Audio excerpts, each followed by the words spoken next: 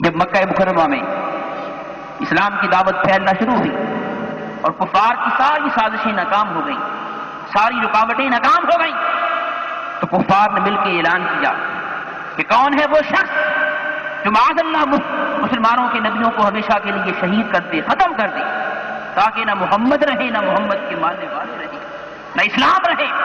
اعلان ہوا کہ جو جوان جو بہادر یہ کارنامہ سر انجام دے گا اسے منہ مانگا انعام دیا جائے گا، سونا دیں گے، چاندی دیں گے، جو وہ مانگے گا اسے مالا مال کر دیں گے، مگر شرط یہ ہے کہ مسلمانوں کے نبی کا معاذ اللہ ہمیشہ کے لیے خاتمہ کر دے۔ جب یہ اعلان ہوتا ہے، سیدنا عمر رضی اللہ تعالی عنہ، عرب کے شاہ سوار، ایک بہادر جن کی تلوار سے ہر کوئی ڈرتا ہے، جن کے سامنے آنے سے ہر کوئی کتراتا ہے، جسے ہر کوئی جانتا ہے، جس کی بہادری کا ہر طرف چلتا ہے، جب اس عمر نے یہ اعلان سنا کہ اگر مسلمانوں کے نبی کو ختم کر دیا جائے تو مجھے مالا مال کر دیا جائے گا، ساری دولتیں میرے دامن میں آ جائیں گی، تو کیا ہوا؟ شیطان نے ابھارا، نفس نے ابھارا، ہاتھ میں تلوار لی، ارادہ کر لیا، گھر سے نکل گئے کہ آج میں نے معاذ اللہ مسلمانوں کے نبی کو قتل کرنا۔ دوستان محترم، اب یہاں پہ ذرا تضاد دیکھیں، ایک طرف فاروق اعظم کا ارادہ ہے اور دوسری طرف قرآن کا ارادہ ہے۔ ایک طرف فاروق کچھ کرنا چاہتا ہے، دوسری طرف فرقان کچھ کرنا چاہتا ہے، دونوں کا معاملہ بالکل برعکس ہے۔ ارادہ کیا ہے کہ آج مسلمانوں کے نبی کو ختم کرنا ہے، اور حضور نے فرمایا کہ کافروں میں سے بدترین کافر وہ ہے، کافروں میں سے بدترین سب سے برا کافر وہ ہے کہ جو کسی نبی کو شہید کرے یا جس کو کوئی نبی قتل کرے۔ جو کافر نبی کے ہاتھوں قتل ہو جائے وہ بھی سب سے بدترین کافر ہے، اور جو اپنے ہاتھوں سے کسی نبی کو شہید کرے وہ بھی سب سے برا کافر ہے۔ اب یہاں پہ دیکھیں کہ فاروق اعظم کس راستے پہ چل رہے تھے؟ ارادہ کیا تھا؟ بدترین کفر کے راستے پہ چل رہے تھے، سب سے مہلک ترین کفر کے راستے پہ چل رہے تھے، تلوار نکال لی، گھر سے نکل چکے تھے کہ آج میں نے ہر حال میں مسلمانوں کے نبی کو معاذ اللہ قتل کرنا۔ اس سے بڑھ کے کفر کیا ہو سکتا ہے؟ اس سے بڑھ کے ارادہ گناہ کیا ہو سکتا ہے کہ نبی کو معاذ اللہ شہید کرنا؟ جب گھر سے نکلے تو راستے میں کسی نے بتایا کہ عمر، جس نبی کو تم قتل کرنے جا رہے ہو تمہاری بہن تو اس کا کلمہ پڑھ رہی ہے، تمہاری بہن تو اس کا کلمہ پڑھ رہی ہے، پہلے اپنی بہن کی تو خبر لو، پہلے اپنے گھر کو تو صحیح کرو، بعد میں جا کے اپنے ارادے کو عملی جامہ پہنانا۔ فاروق اعظم کا رستہ بدل گیا، سوچا کہ میری تلوار سے تو ہر کوئی ڈرتا ہے، بڑے بڑے مرد بھاگ جاتے ہیں، وہ تو ایک عورت ہے، میری آواز سنے گی تو اسلام کو چھوڑ دے گی، قرآن کو چھوڑ دے گی۔ بزام خیش اسی ارادے میں، اسی گھمنڈ میں اپنے بہن کے گھر کے دروازے پہ پہنچے، دروازہ کھٹکھٹایا، اندر سے کچھ آواز آ رہی تھی، ہمشیرہ قرآن پڑھ رہی تھی، سمجھ گئی کہ بھائی آیا ہے، عمر آیا ہے، قرآن کو اسی وقت بند کیا، سنبھال کے رکھ دیا، دروازہ کھولا۔ فاروق اعظم نے مارا، بہت مارا، مگر بہن نے کہا کہ عمر، آج تمہاری یہ بہن یہ عرب کی کوئی عام عورت نہیں تو تمہارا نام سن کے اپنا دین چھوڑ دے، تمہارا نام سن کر ہر یہاں سے بھاگ جائے۔ آج یہ فقط تمہاری بہن ہی نہیں، مصطفیٰ کی غلام بھی بن چکی ہے، اللہ کی بندی بھی بن چکی ہے، قرآن کی کاریہ بھی بن چکی ہے۔ ارے تمہاری بہن تمہاری مار سے مر تو سکتی ہے مگر خدا کی قسم مصطفیٰ کا دامن نہیں چھوڑ سکتی۔ نعرہ تکبیر، نعرہ رسالت، نعرہ حیدری۔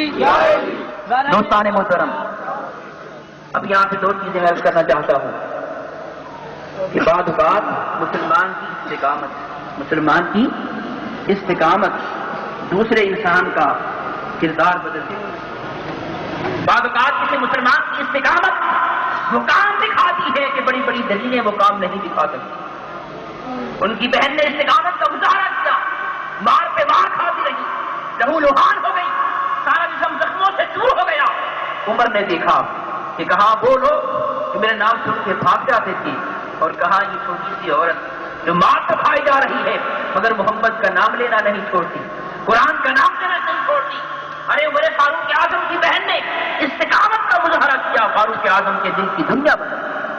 فاروق اعظم کی بہن نے بھی مار کھائی، استقامت کا مظاہرہ کیا۔ فاروق اعظم سوچنے پہ مجبور ہو گئے. کہا کہ لاؤ تم کیا پڑھ رہی تھی؟ فرمایا کہ میں قرآن پڑھ رہی اللہ کا کلام پڑھ رہی تھی. فاروق اعظم نے کہا کہ مجھے بھی سناؤ، کہ تم پڑھ رہی تھی مجھے بھی سناؤ. انہوں نے کہا کہ پہلے نہائیں، غسل کریں، کپڑے بدلیں، پاک صاف ہو جائیں، سارے معاملات کیے.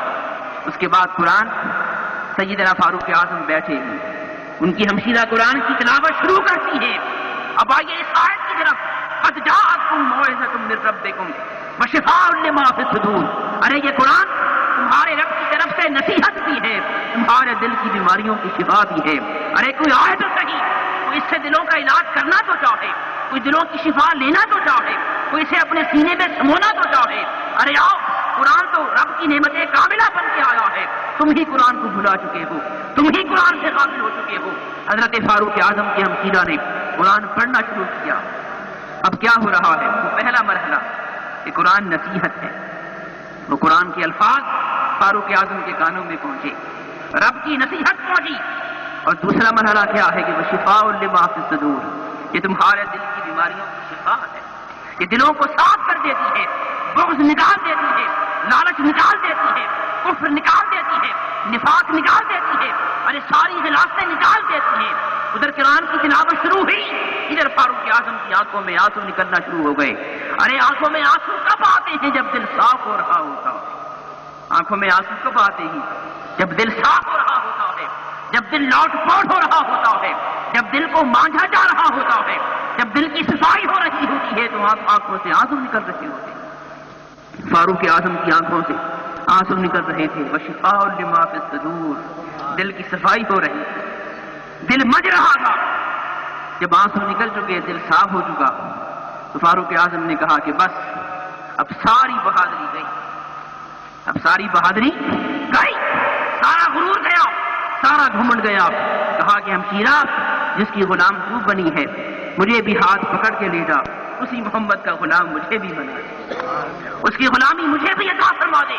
جب دل صاف ہو گیا، ساری رکاوٹیں دور ہو گئی، اپنی ہمشیرہ کو ساتھ لے کر دربار رسالت میں حاضر ہو گئی. حضور کی دعا پوری ہو گئی، اللہم اید الاسلام بعمرہ، کہ مولا عمر کے ذریعے اسلام کی تائید. جب حضور کی بارگاہ میں پہنچے، اب ظاہر بات ہے کہ دل تو صاف ہو چکا تھا، پھر اسلام کی ہدایت پہ عمل کیا، قرآن کی ہدایت پہ عمل کیا. آخری مرحلہ کیا ہے؟ انعام کا، ورحمۃ للمؤمنین. تو پھر یہی قرآن فاروق اعظم کے لیے رحمت بن گیا. اور کیسے رحمت بنا؟ حضور نے فرمایا لو کان بعدی نبیا لکان عمر، اگر میرے بعد کوئی نبی ہوتا تو فاروق اعظم ہوتا، اگر میرے بعد کوئی نبی ہوتا فاروق اعظم ہوتے. ارے کیسی رحمت بنی! کئی مرتبہ ایسا ہوا کہ جو مشورہ فاروق اعظم نے دیا دربار مصطفیٰ میں، صحابہ کا مشورہ اور ہوتا، فاروق اعظم کا مشورہ اور ہوتا.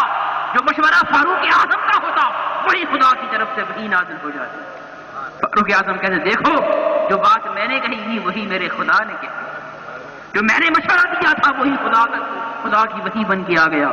دوستانی محترم، یہ ہوتا جب انسان قرآن کا صحیح معنی میں قاری بن جائے، پھر اس کی زبان سے وہی نکلتا ہے جو قرآن چاہتا ہے، پھر اس کا مزاج قرآن کا مزاج ایک ہو جاتا ہے، اس کا شعور قرآن کی منشا ایک ہو جاتی ہے، اس کی سمجھ اور قرآن کا شعور ایک ہو جاتا ہے. اس کی زبان سے کوئی ایسی بات نہیں نکلتی جو قرآن کی منشا کے خلاف ہو. اس کی زبان سے جو بھی علم نکلے گا وہ خدا کی وحی کے مطابق ہوگا.